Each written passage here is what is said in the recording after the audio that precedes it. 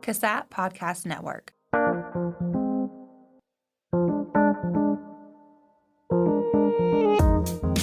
Welcome to Season 6 of Casat Conversations, where we sit down with professionals who have spent decades in their fields like mental health, addiction treatment, business, sociology, and more. In this special season, our guests share valuable wisdom from their careers, reflect on what has kept them grounded and inspired, and offer advice for future generations. Whether you're new to the field, uncertain about your next steps, or feeling burned out, these conversations provide guidance and reassurance from those who've walked this path. Let's dive into today's episode. Today, I welcome Saul Singer to Casat Conversations. Saul is a licensed marriage and family therapist, a licensed alcohol and drug counselor, an instructor, and an author with 5 decades of experience in behavioral health and addiction treatment. Welcome, Saul. We're delighted to have you here today. Thank you, Heather, and thanks so much for this opportunity for me to share my life's work and talk about what I've learned over the years from great mentors, but most impactfully from more than 1,000 couples or families and more than 1,000 individual clients.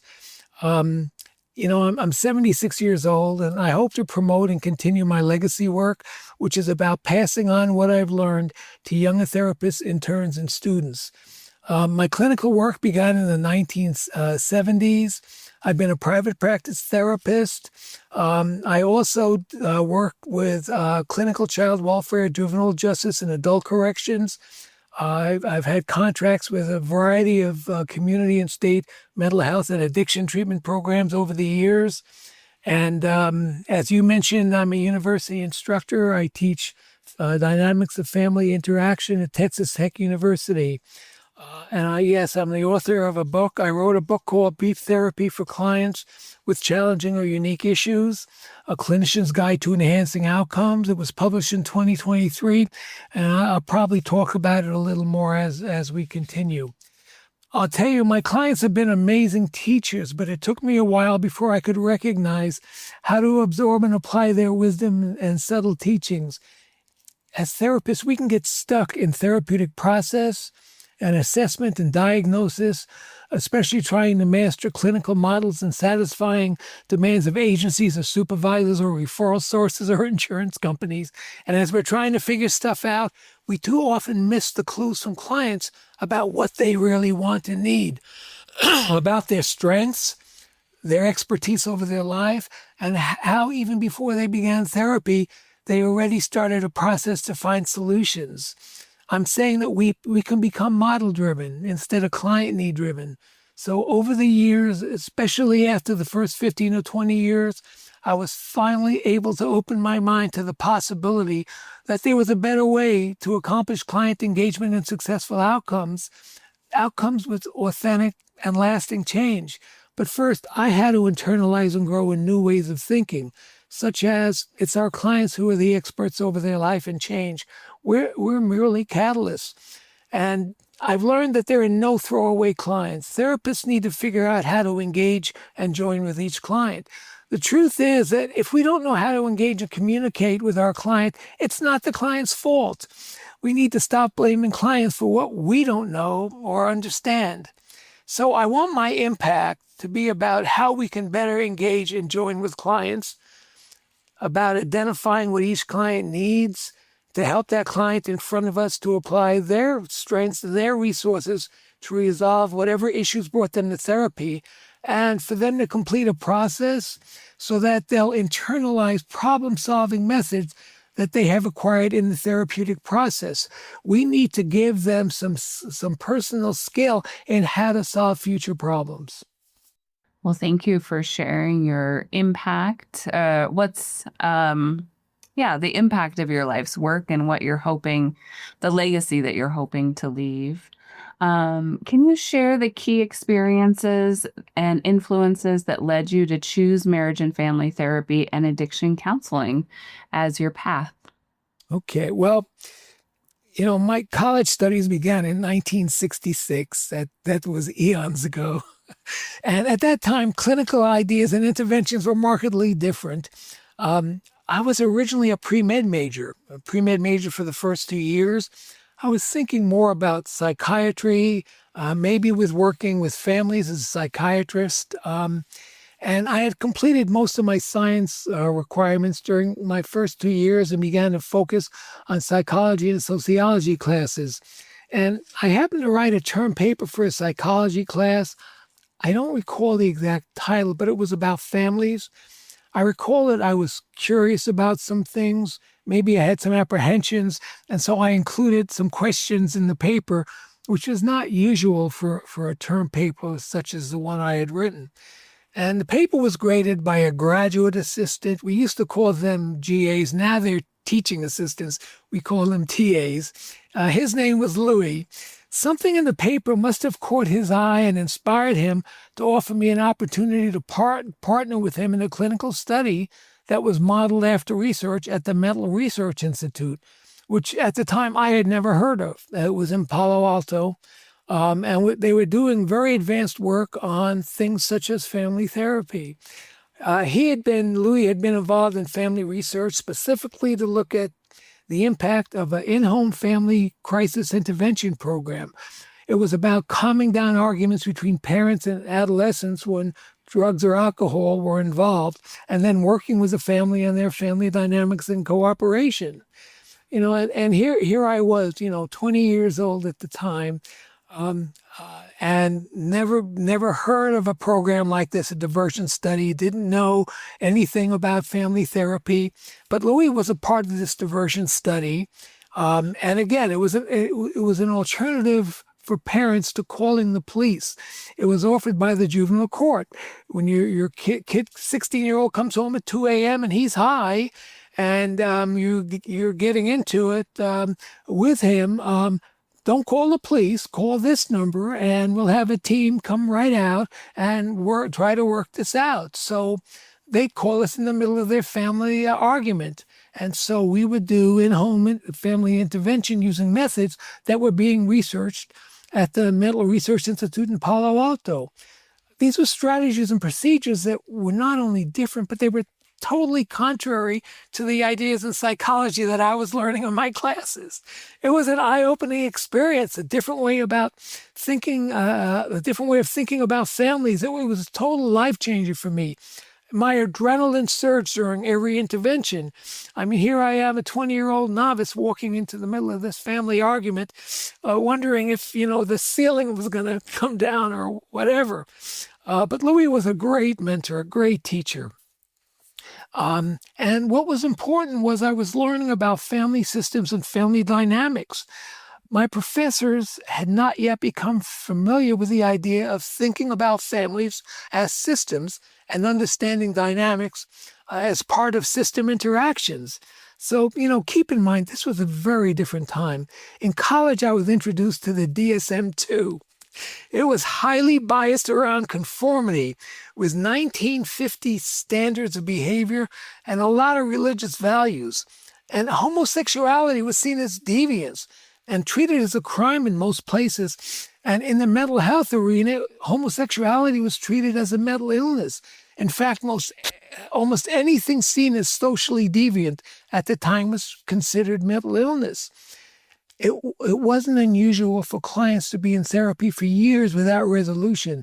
Clinicians were seen as the experts over their client's life, and therapy was mostly a directive process.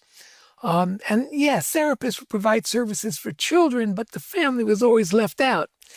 Fortunately, there were some brilliant minds who were paving a new direction in behavioral health and family therapy. The Mental Research Institute in Palo Alto was demonstrating concepts and methods with strong results that were contrary to clinical ideas. I mean, they were way ahead of their time. Imagine, Murray Bowen was proposing that families were systems. How radical. Paul Watzlawick, Richard Fish, and John Weakland were insisting that therapy could be brief and effective at the same time. Virginia Satir was explaining family dynamics and multi-generational influences, and strategic therapists such as Jay Haley and Chloe Medadas opened the door to understanding family dynamics and the functions of behavior. Neurolinguistics were being studied. Client-centered clinical processes were being studied for the first time. And I was fortunate to receive training and mentoring from several of the early founders in family therapy who were researchers at the Mental Research Institute. And then later, as I went along getting my licensure, I had the privilege of studying and training with people like Steve DeShazer and Insoo Kim Berg, Salman Nucci, Mauricio Andolfi, and Bill O'Hanlon. And marriage and family therapy was just being conceptualized at the time. What I've learned from my experience is that marriage and family is a separate and distinct body of knowledge, offering curriculum and training and systems dynamics and family structure, family hierarchy, and clinical interventions that involve the whole family. Working with the system as a healing ground creates many possibilities in clinical work, and there is no blame. Dynamics and roles can be understood, and a functional balance can be achieved where the whole family participates. Systems thinking is powerful when it's applied to individuals, couples, and families. It allows for the inclusion of many approaches, whatever approach is fit for the client and family, not just one approach. Being a part of family therapy process with Louie opened the door to my understanding of families. And along the way, as I did my internships, I was even more convinced by the wisdom and power in systems thinking. I worked in juvenile justice, and what I saw was kids would be sent to either treatment programs or correctional centers. They'd be gone from their families for about a year. The reports on their progress, they just raved about what wonderful job these children were doing, what great behaviors they had, how well they were doing in school, how cooperative they were. The predictions were for them to have a great future. And then they returned back to their families. Same system, same roles, same dynamics. And within a few months, they reverted back to previous behaviors in spite of working with therapists, providing them with individual therapy. And if they were lucky, eventually a family systems therapist would intervene and work with the whole system. So the family is truly the healing ground. And knowing all this, MFT was my choice. Thank you for sharing really such a broad perspective on the different shifts that you've seen throughout your career. As you look over the past 30 years, how have you seen the clinical approach evolve, particularly when working with clients who are mandated to services or struggling with hopelessness? After about 20 years of private practice, I came up against a clash of ideas. Many of my colleagues believed that 30% of their clients would fail no matter what they did, blaming the client, labeling them as resistant or uncooperative or having a borderline personality. And as I said earlier, I believed it was ludicrous to blame the client when the therapist did not know how to engage that client.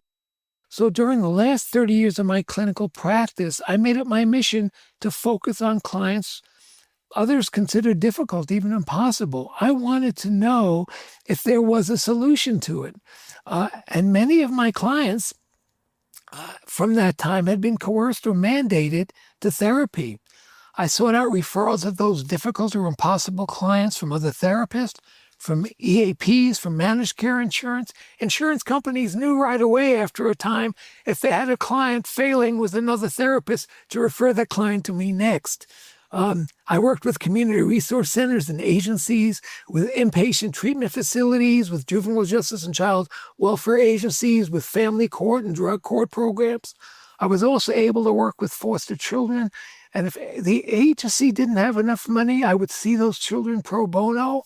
I worked with immigrant families whose culture was not being understood. I learned myself a lot about culture and understanding and eliciting cultural information from clients in ways that did not put them on the defensive.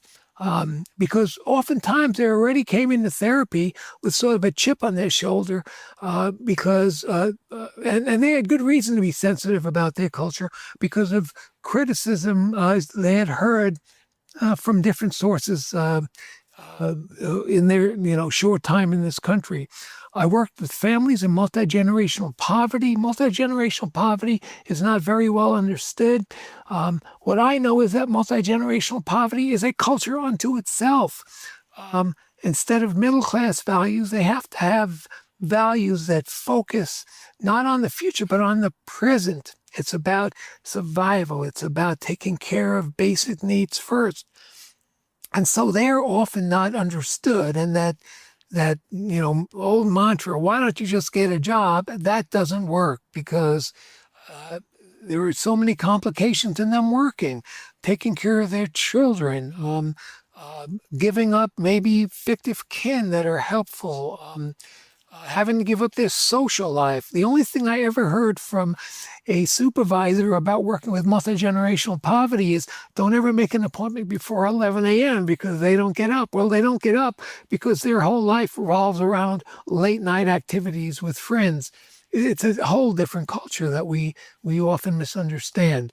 But we can work with them in order to help them to overcome their issues, and if it's their choosing to become self-sufficient.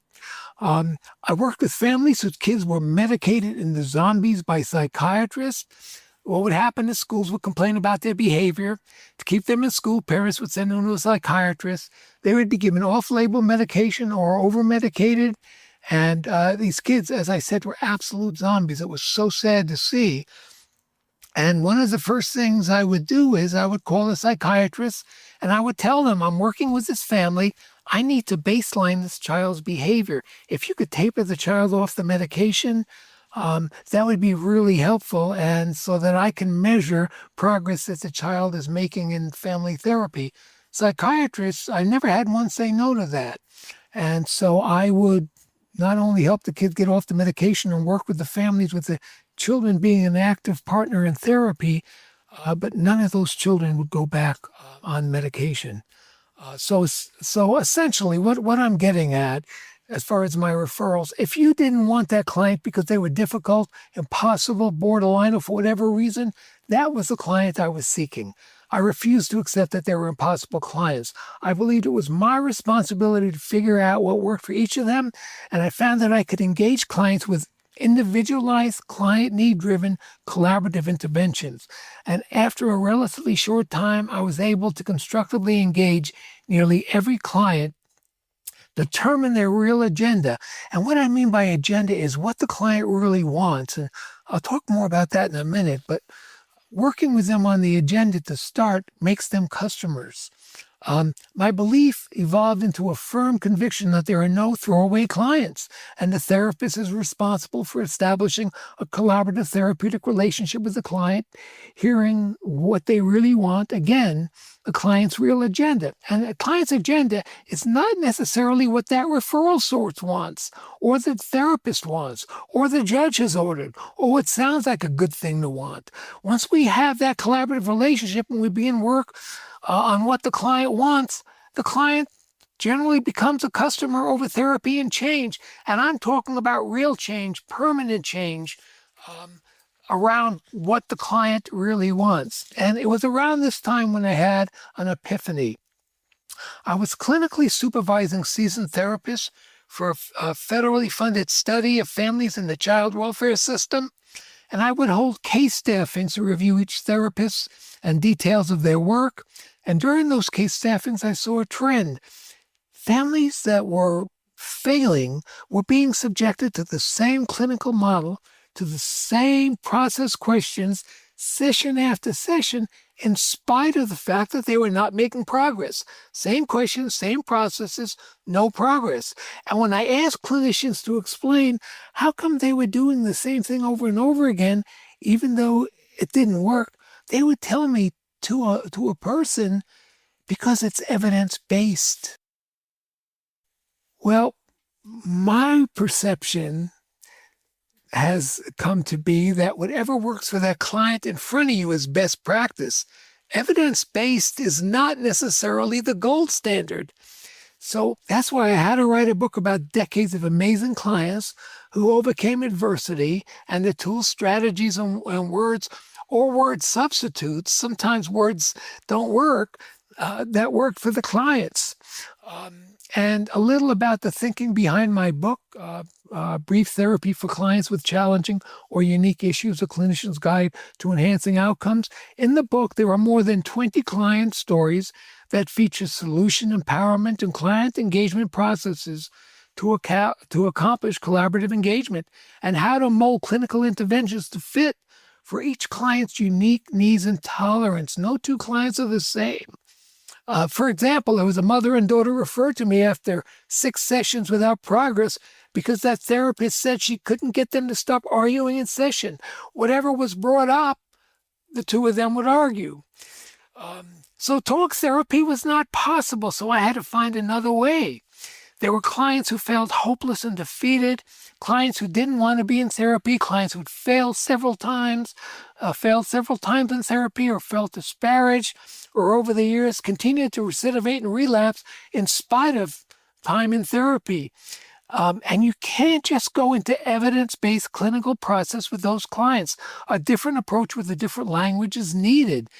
Neurolinguistics is needed. Coping questions, compliments, and processes to demonstrate understanding generally give hope and settle the mood enough for the client to continue therapy. That's what's important. It doesn't work just to plug a round hole client into a square hole clinical model. And as mentioned previously, the bottom line is that collaborative engagement with a client need-driven approach, identifying a client's real agenda, wordsmithing, and tailoring the intervention to fit the client's culture, family history, and tolerance will work for even the most challenging and unique clients when we seek their agenda, begin with their agenda, and we're really good listeners. And again, I can't emphasize enough how important that listening and understanding piece is. The book is my legacy work. I want to share with other therapists and future generations strategies and tools that I know are effective. So I'd love for you to talk, you mentioned collaborative engagement. If you can share, what does that mean to you and how does it shape your approach to working with clients? There are a number of critical pieces required in building collaborative engagement and building that relationship. And let me just say, it goes beyond, and it's in addition to the Rogerian elements and process of joining and engaging that we generally learn in school. But not to discount the Rogerian elements, we still need to include them. They're important. So a collaborative shared therapeutic relationship is built on a client need-driven approach that has at least 6 what I call pieces or pillars. The first pillar is to assess and proceed from the client's position to establish cooperation. Clients can be visitors, complainants, or customers when they enter therapy, and we need to work with the client from their position, not automatically as if they're customers. If we work with them automatically as customers, we're going to lose them. And clients can be visitors over one issue, a complainant over a second issue, and a customer over a third issue, which can make things a little more complicated. Visitors are not going to buy into therapy and believe it's worthwhile. Complainants acknowledge, yes, there is a problem, but it's everyone else's fault. It's their problem. And customers believe that, yeah, there's a problem and I need to cooperate in therapy to resolve it. So obviously, we want everybody to become customers. But again, we need to work with the client from whatever their position is initially until they become customers. If we don't, we're going to lose them. And for example, what do you do with a visitor? Well, we have to just try to encourage a visitor to continue to come back. Because one thing about visitors is if we don't hit that nail on the head in the first session with them, they're not going to return to therapy. So I might ask them questions such as, what needs to happen today for you to say that our time together was worthwhile?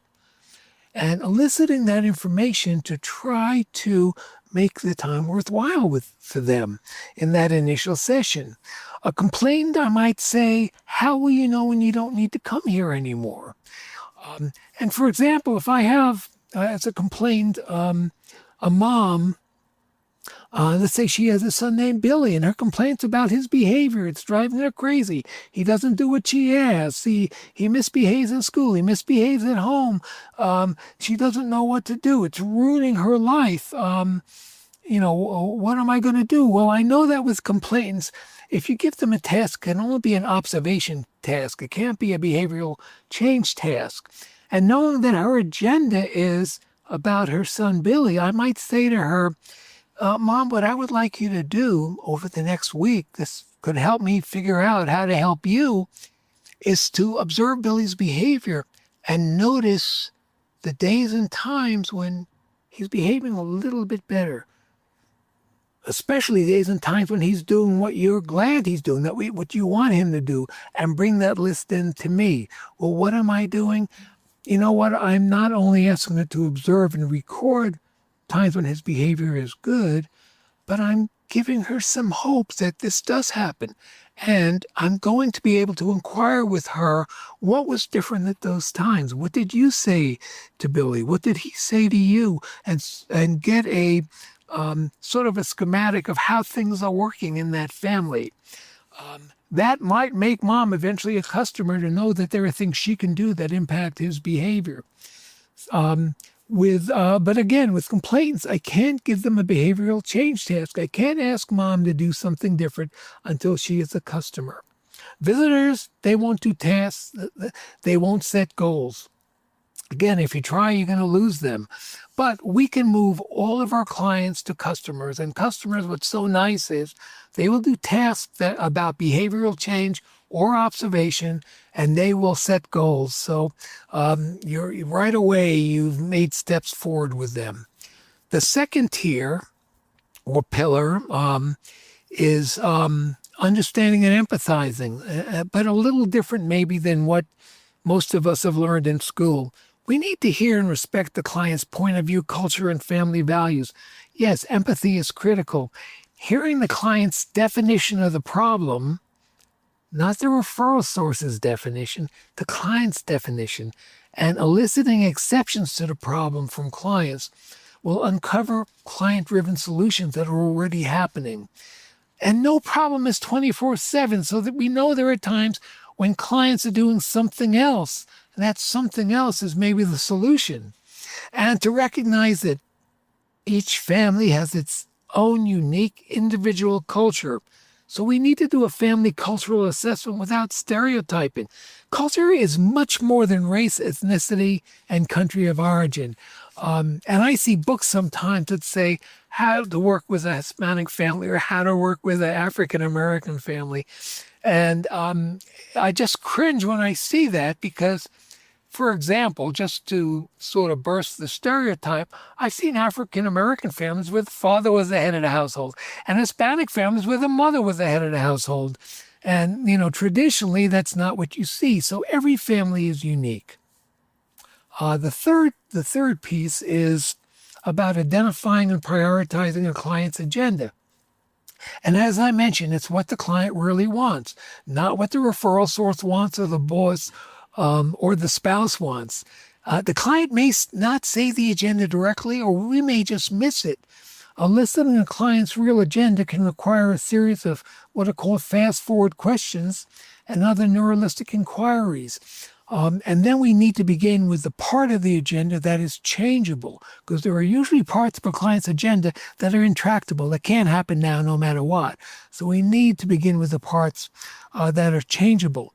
One thing I might do, for example, for a client's agenda is ask what's called the miracle question. When you go to sleep tonight, while you're sleeping, a miracle happens. All your problems are gone. But you don't know that miracle's happened. You don't know your problems are gone because you were sleeping. So when you wake up, what's the first thing you're going to notice that's going to cause you to say, wow, something's different here? And what are your kids going to be doing that's different? What are they going to be saying? What's your partner going to be saying? And then I take them through a whole day. So, for example, I might say, well, yeah, a miracle would be if my wife made breakfast and the kids were sitting there and we were all talking together about what our days were going to be like. So that tells me a little bit what the client wants in their family life. Maybe more communication with the partner and with the children, and more interaction and more cooperation maybe. So I can inquire about that and maybe get out of that couples counseling instead of individual counseling, or even family counseling if need be, to satisfy the client's agenda. What I know is that clients are going to be customers over their real agenda. The fourth pillar is positive expectancy, that a client has strengths and resources needed. Expectancy is more than hope and a positive outlook.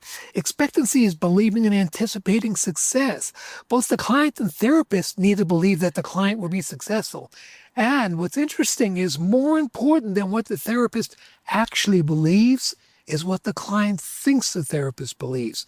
So we need to somehow communicate to the client that we have hope. Therapeutic compliments help. Noticing small increments of change along the way and asking a client what will be happening next that will tell you you're on track to getting there, and then what will be happening, and throwing success in the client's face as those benchmarks are met can be really powerful. But again, every session, we need some kind of renewal piece where the client's going to know that we believe that they're going to be successful.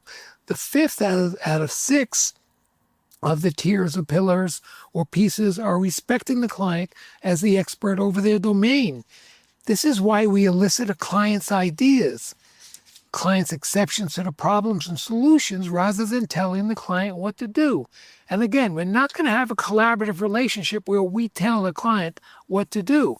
Telling may create compliance or first order change. In other words, temporary external change. I mean, we all slow down when we see that highway patrol cruiser parked on the shoulder. But when it's out of sight, we speed up. That's compliance. That's not change. And if you get a ticket and might lose your license or your insurance, you slow down for a while. After that threat passes, you're probably going to resume to your old driving habits. That's only first order change. That's just temporary change. Clinicians are fooled. We are fooled all the time, discharging that client that looks so good, and then they end up recidivating. Why? Because it was first order change, not second order change. Second order change is internal permanent change. It's change that is owned by the clients. Through eliciting, a client can begin a process to accomplish authentic change. You say you're a 3 in terms of your depression. You've moved from a 0 to a 3. So when you're a 4, what will be different? What will be happening different? And how will I know it? And then when the client tells us about things have improved a little, this is happening, we can say, wow, you're a 4. That's what you said would happen. So when you're a 5, what will be happening next? So we basically can continue to give a client hope and seeing that, yes, change is happening in the way I want. I'll tell you this, one of my very wise mentors, his name was Phil Woodison. He was from Iowa, as a matter of fact, originally. He once told me if telling a client what to do really worked, our prisons would be empty. And that has stuck with me. It's so true. So we need to elicit, not tell. And then the sixth and final piece that I see as part of collaborative engagement are neurolinguistics with a client-centered, solution-focused clinical process. The words we use are important. Some words promote change, whereas others hinder change and can lead to more problems. For example, I don't use the word why because clients can see why, did you do that as accusatory and blaming. Instead, I use how come. Why did you do that is not as engaging as how come you decided to do that. I want them to know I'm curious. I'm not blaming them or trying to catch them at something. And there are many words that force the change and many words that interfere with change. We also know that talking about problems session after session leads to more problems, whereas talking about solutions leads to more solutions. And so beginning each session with what's better and insisting that something must be better, just a little better, will help a client and therapist to hear about small increments of change, maybe subtle change that otherwise would be overlooked. And from there, we can build hope. Maybe the subtle change we hear will be how the client's now a 4 instead of a 3 on that, depression scale. The bottom line in neurolinguistics is that we use words that create possibilities for change and give our clients hope. And part of the collaborative process is that I want my clients to learn the language of hope, the language of possibilities, and the language of change. I love that. The language of hope, the language of possibilities, and the language of change. How would you define gold standard and best practice in clinical work? And how does that align with going beyond evidence-based research? I think you know I love that question. So the gold standard is about what works for that client in front of you. Evidence-based is about efficacy and is not well understood by most clinicians. The academic researcher's promotion is that a particular evidence-based therapy will work best for that client in front of you, but that can be misleading. Here's what I learned about efficacy. The truth is that studies have specific criteria, and efficacy is not effectiveness. The results of a study may not fit for your client.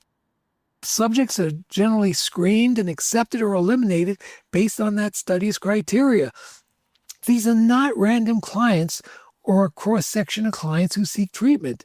Often excluded in initial selection are certain geographical, cultural, diagnostic, or so-called not appropriate populations for the study.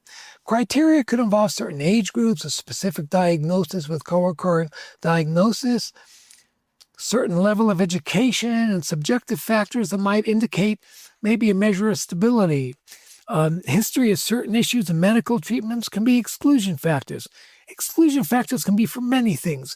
Could be for juvenile justice or adult corrections or history of arrests or court-ordered clients or English as a second language or history of substance abuse or addiction or clients over 60.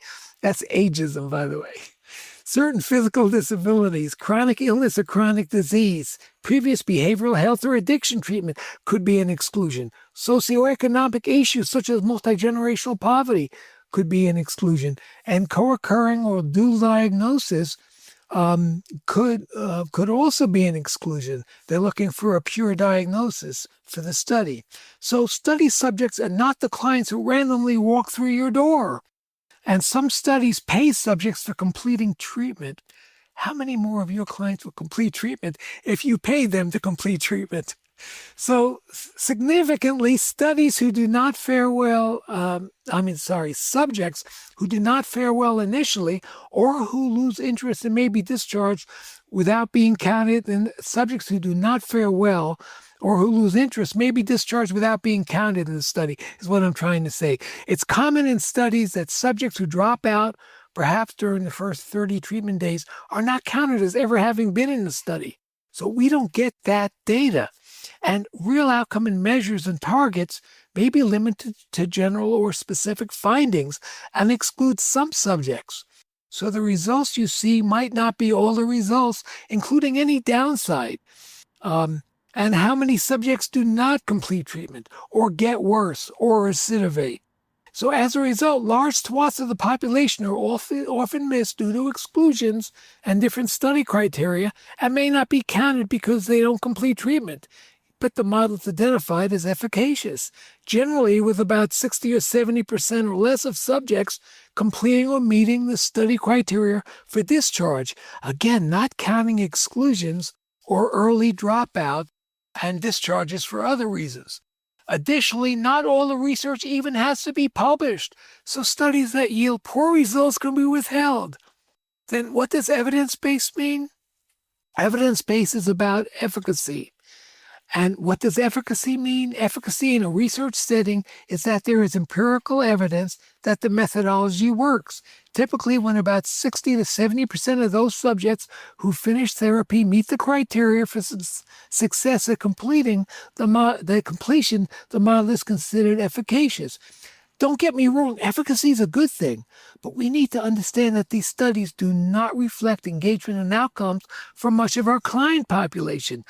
I would be more persuaded if these studies were constructed so that all clients who walk through the door were accepted and all outcomes were counted, but that's not going to happen. And so personally, what I know from my work is that what works for that client in front of you is is best practice, not just plugging a client into a model. Because again, we're going to lose at least 30 or 40% of those clients on average. And that's why those colleagues of mine believe that 30% or more of their clients were going to quit therapy or recidivate.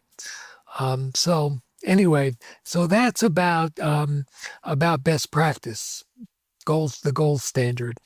Thank you. So much important information for clinicians to consider as they work with clients. So this is a topic near and dear to my heart, and that is that therapists and counselors often focus on the well-being of others, but self-care is crucial. What are some of the self-care practices that have been most valuable for you and your colleagues? Um, Heather, you are so right. Self-care for clinicians is crucial. Burnout is debilitating and much too common against really good practitioners. I've seen it so many times. And I really feel for the individuals who put their heart out there and worked with clients and ended up damaging themselves. That's not what we want. And to talk about me, I've been totally invested in my clients' well-being, so nothing I would do to avoid burnout was ever going to be about neglecting my clients' needs. And we need to understand that taking care of ourselves doesn't mean we neglect or shortchange clients in any way. I was fortunate for much of my private practice because I had a colleague who was an excellent therapist and someone who I could depend on. We would cover for each other during time off and during personal family time. Client calls went through an answering service, and the answering service had instructions regarding who was available, so they would know who to contact. We did not give clients our cell phone numbers and accept text messages. I think that is such a mistake. If you're looking to get burned out, give clients your cell phone number and accept text messages, because essentially you're going to be working 24/7. Texting outside of a portal is not secure anyway. So why people even text with clients, I'm not clear on. It is clearly a violation of HIPAA to text clients unless you're doing it inside a portal. Texting is never secure. So everything about after hours contact when we were working with clients or any emergencies was explained in the informed consent. Clients were given a copy at the first meeting. This is a contract to say, here's how you can respond in an emergency. Here is how you can contact us or other resources that might be helpful to you. So clients are given that initially. And then our time off was our time off, except when we alternated after hours coverage. We rotated that coverage, and I might cover 2 weeks in a row because my colleague had some place to go, and then they would cover 2 weeks. So we split that up. Obviously, we were very fair about it. There was never any issue over splitting up that time. And of course, we call each other when necessary if a client had an emergency that needed an immediate response. My colleague would call me and say, I got a call from so-and-so client of yours. I spoke to them, and I really think you need to speak to them about this. Do you have some time to call? And then I usually would, but that was rare. That was 3 times a year, maybe that would happen where we weren't able to cover a call for each other. Family time's important, so we would schedule clients around our family time needs. And I would work some evening hours and saw clients on Saturday. And when I needed to take normal time off for family events such as birthdays, youth sports, or school meetings, I'd make up that time on other days. But it was always family first, and I think we need to work with that creed in mind. My colleague and I limited ourselves. This was an agreement we had with each other. We would limit ourselves to a maximum of 25 clinical hours a week. And I'll tell you, that is a lot. That would leave time for progress notes, reports, consultations, workshops, and other duties such as supervision that we might have. But we would not feel so overloaded. I know clinicians who try to do 30 to 35 hours a week, and that is just too much, especially if you're doing evening work and weekends to accommodate clients. You're on the track to burnout if you do that. And you're not going to be any good to yourself, your family, or your clients when you get burned out. And another thing that was very important to me personally was making therapy fun. I was a solutions therapist, so I focused more on solutions than problems. And I would laugh with clients, and I would enjoy time when, for example, I used metaphor and storytelling. If I have a chance to talk about what I think therapists need. We need a lot of fun stories or metaphor to help a client get sort of a different perspective, and also to be able to watch our clients laugh and laugh with them. But bottom line is, I just love doing clinical work, and you have to enjoy your work in order to do a good job. That's my belief anyway.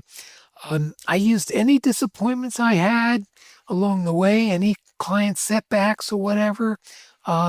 I use those disappointments to reflect on what I learned. Again, that solution thinking.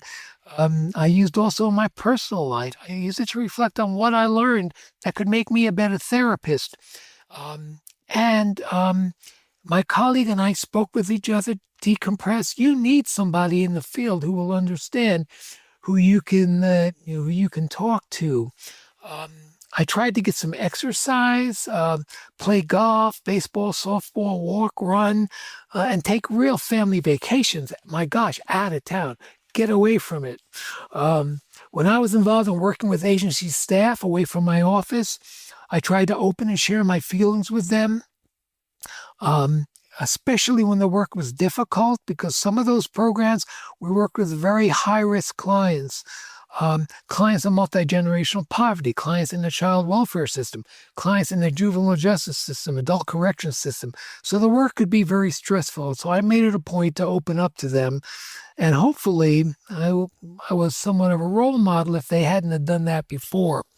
But I varied my work, and I changed my work around, and I changed my focus with different agencies or clients or contracts, or I've done a lot of workshops. That variety, I think, really helps with burnout. Create variety for yourself. Learn new things, do different things.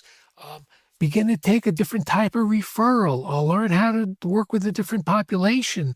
And teach classes to younger therapists. That is very rewarding to me.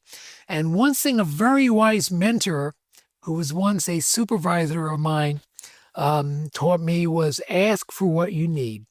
Really, we are so hesitant as therapists to ask for what we need. We are sort of programmed to listen to what other people need. Ask for what you need whenever you need it. And another thing is client feedback. I lived in Carson City. I lived in Nevada for 50 years. I'm in Texas now. I lived in Carson City for more than 40 years. And I lived in an area where, my wife and I, we'd go to restaurants. I'd run into previous clients in restaurants and parks and theaters. 3 generations when you're done 50 years of clinical work. My wife and I got to see 3 generations of clients and client families. I'm talking about hundreds of people that we would run into who had been clients or children of clients or grandchildren of clients.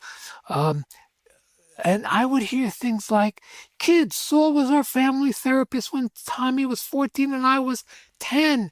Grandma and Grandpa took us to see him and he saved our family. And I would say, no. Your parents were the heroes. They loved you so much that they saved your family. So that's another thing. I never take credit for my clients' work. But over the years, and again, I sometimes when I do workshops, tell people about this. Your work today is going to spill over 4 generations. And you're going to see that feedback, especially if you live in a place where things like high school graduations or acceptance to college are in the local newspaper. Or like my wife worked in community recreation. She was a recreation director for 24 years. She got to know every family in Carson City. So you're going to hear this feedback and see the progress clients make. And that is so rewarding. And even today, I get phone calls and text messages and from different clients over the years who tell me what they're doing and that they're doing well. That is wonderful to avoid burnout. There's nothing more rewarding than seeing generations of the family you help. And it makes me cry every time. I spend a lot of time in tears. And it certainly can diffuse the tensions from work. Just a short call from a previous client who's doing well can mean so much. So open the door for that. One thing that I used to do sometimes with clients is automatically schedule a 90-day follow-up session with them.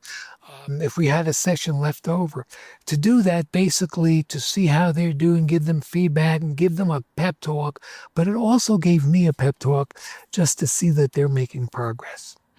Yeah, it's fun to hear what has been rewarding for your career and meaningful, and how that's fueled you throughout the decades you've been practicing. So I know that you are an advocate of no wrong door philosophy. How do you see this approach benefiting individuals seeking help through community and state agencies? Yes, I am a advocate of wrong door philosophy for families. I've done work with, as I said, with various state agencies under contract or for different programs for sometimes for up to 7 years. And I don't have all of the answers, but I know some things and I have some concerns about the way our public agencies are structured. Families have multiple needs that are sometimes complex. They need social systems that are flexible and comprehensive. But what we have are agencies that instead are silos with specific and limited paradigms. They view families and children through the lenses of their paradigms. And their training and resources focus on addressing their service paradigm. For example, I'll give you some clear examples. Child welfare has a paradigm of bad parents, so children need protection. Juvenile justice has a paradigm of bad children, so society needs protection. Community mental health paradigm is often about a focus on the mental health needs of an individual rather than a focus on the whole family. Addiction treatment programs have a paradigm that the substance user needs help.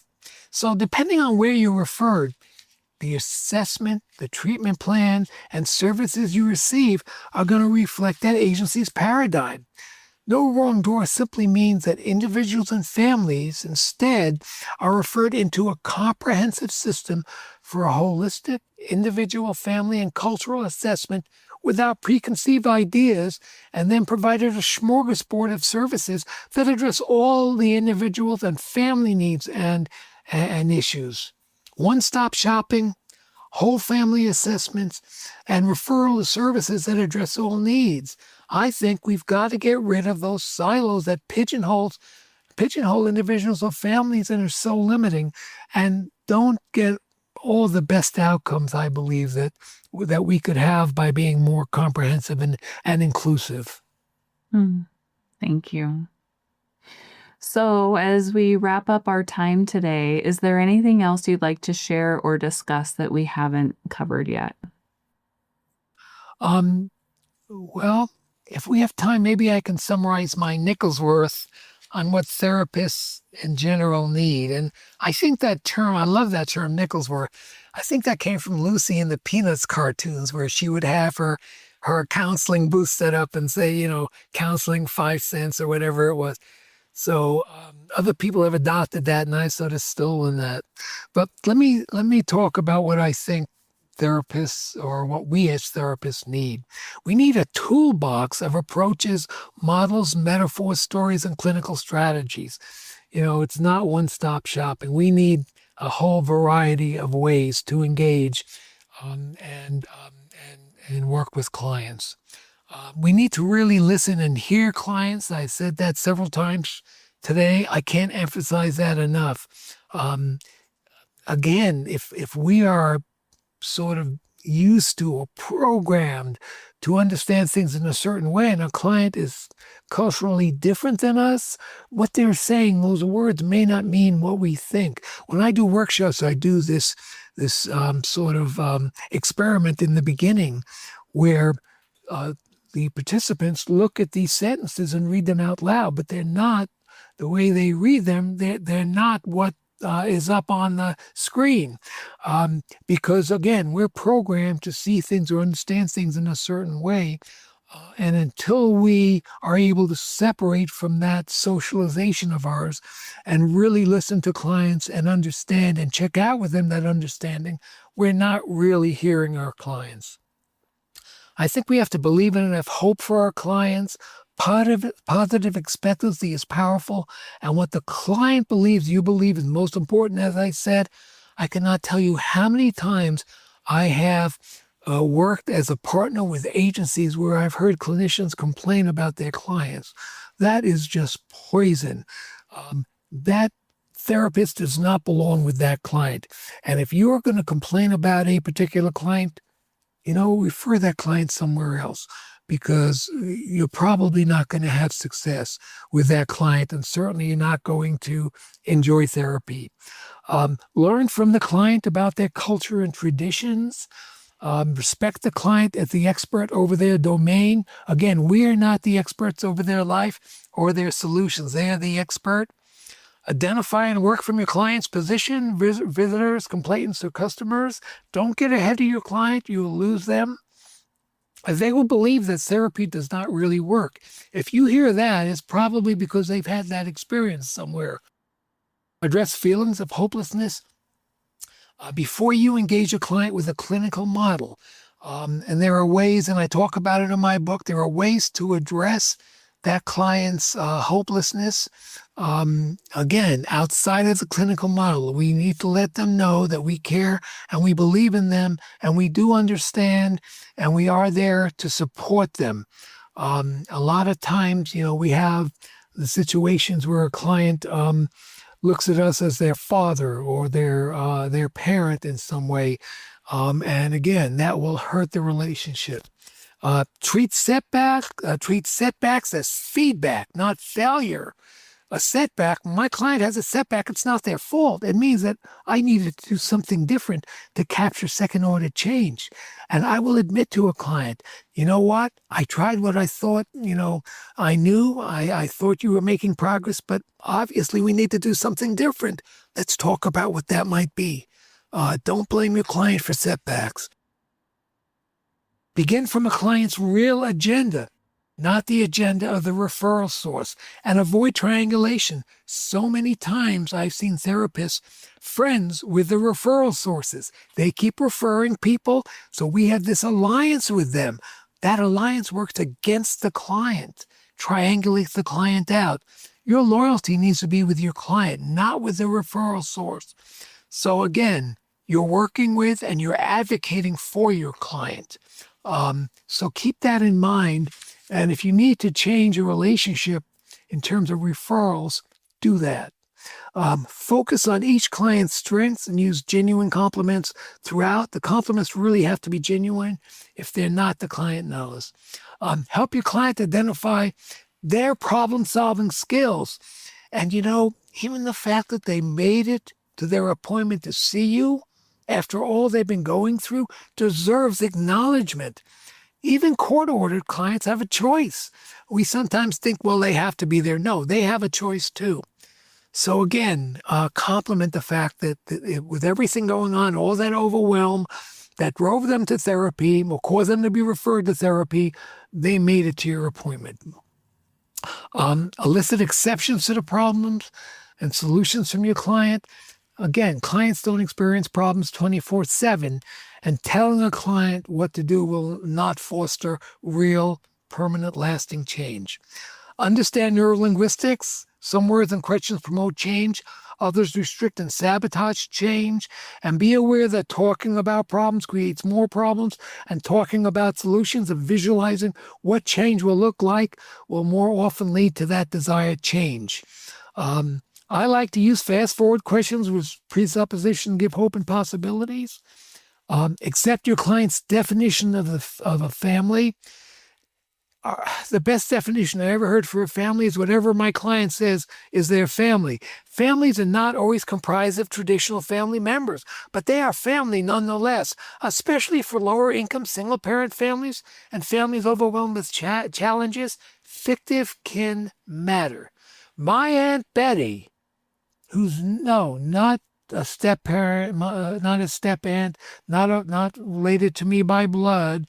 She is the one that used to take us to our appointments and spend time watching us when we were kids, when my mom wasn't able to be home. My Uncle Bob was actually the custodian in our building. He had chickens at home, and he brought us eggs so that we could have breakfast. Otherwise, we wouldn't have had breakfast. He was like an uncle to me, and he always would be fun, say positive things, and we knew if we had a problem and Mom wasn't home, we could go to him for help. These are like family. So if people consider them family, you consider them as family. Legally, you may not be able to put them down as family in your therapy session, but don't exclude them. Just have them there as a family support. Keep sessions light and encouraging whenever possible. Humor and client compliments help. Metaphor and storytelling can be powerful. I must have, a couple of dozen metaphors and a couple of dozen stories that clients find entertaining that I can tell, sometimes to lighten the mood, but always to pass on something to a client that will help give them hope and help them start on a process for the change that they want to accomplish. Recognize that therapy can be brief. Sessions can be more powerful and successful when we focus on client strengths and solutions. I'm not the therapist who's going to talk to you for 20 years about how awful your mom treated you. We're not going to talk about that. We're going to talk about how that's affected you and what you're doing about it now and what you can do about it to overcome that. And if you want to forgive your mom, you can talk to me about that too. Maybe I can be helpful. Give clients credit for their successes. Again, we're only the catalyst. I never take credit for my clients' successes. And as I said earlier, collaborative engagement is a foundation for good work. We need to begin with collaborative engagement and put the clients in a good place to engage in therapy with us as real partners. Not one step down, but equal. And that's my nickel's worth for a therapist. Well, thank you, Saul, for sharing all of the wisdom that you've gained throughout the years and your perspective on Thanks, being a Heather. clinical. I'm so lucky. I really am. Mm-hmm. What I've seen and felt, and people I've met, and all the opportunities that others made for me, and the great work of my mentors in teaching me how I can look at things to make life good for me and others. I can't thank everybody enough. Thanks for sharing your passion and purpose. Thanks.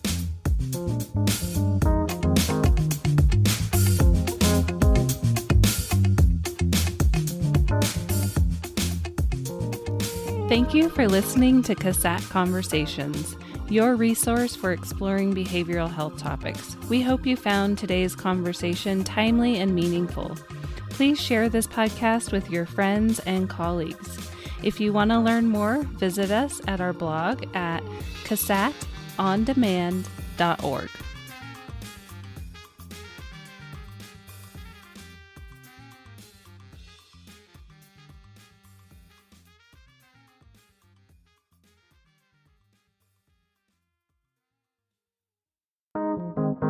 CASAT Podcast Network.